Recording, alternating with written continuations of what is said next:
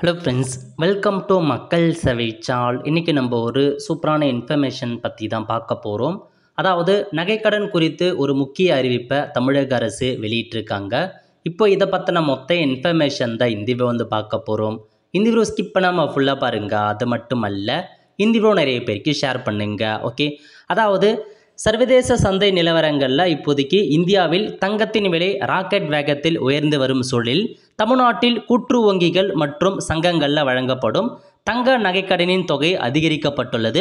பொதுமக்களுக்கு அவசர தேவைக்கு நிதியுதவி அளிக்கும் நோக்கில் 1 கிராம் தங்கத்திற்கு வழங்கப்படும் கடன் தொகையை ரூபாய் 6,000 ரூபாயிலிருந்து 7,000 ரூபாயாக உயர்த்தி வழங்க கூட்டுறவுத்துறை உயர் அதிகாரிகள் ஒப்புதல் அளித்துள்ளனர். தேசிய அளவிலான வர்த்தக வங்கிகளைப் போலவே கூட்டுறவு வங்கிகள் மற்றும் தொடக்க வேளாண் கூட்டுறவு கடன் சங்கங்களும் பொதுமக்கள் தங்கள் அவசர தேவைக்காக நகைக்கடன்களை எளிதில் பெறுகின்றன. முறையான ஆவண சிக்கல்கள் குறைவாக இருப்பதால் இந்த சங்கங்கள் நகைக்கடன் வழங்குவதில் முக்கிய பங்காக வகிக்கின்றன. தமிழகத்தில் கூட்டுறவுத்துறையின் கீழ் இயங்கும் மாநில மாவட்ட தலைமை வங்கிகள் மற்றும் நகர கூட்டுறவு சங்கங்கள் மூலம் நகைக்கடன்கள் வழங்கப்பட்டு வருகின்றன. தங்கத்தின் விலை உயர்வதற்கு ஏற்ப இப்போதைக்கு இதுக்கு முன்னாடி 1 கிராமுக்கு 6,000 ரூபாய் கொடுத்துருந்தாங்க. இப்போ 7,000 ரூபாய் பார்த்தா உயர்த்துறோம் அப்படின்ற மாதிரி கூட்டுறவுத்துறை அதிகாரிகள் பார்த்தா தெரிவிச்சிருக்காங்க. இந்த கூட்டத்தில் கிராமுக்கு ரூபாய் 7,000 வழங்க ஒப்புதல் அளிக்கப்பட்டுள்ளது.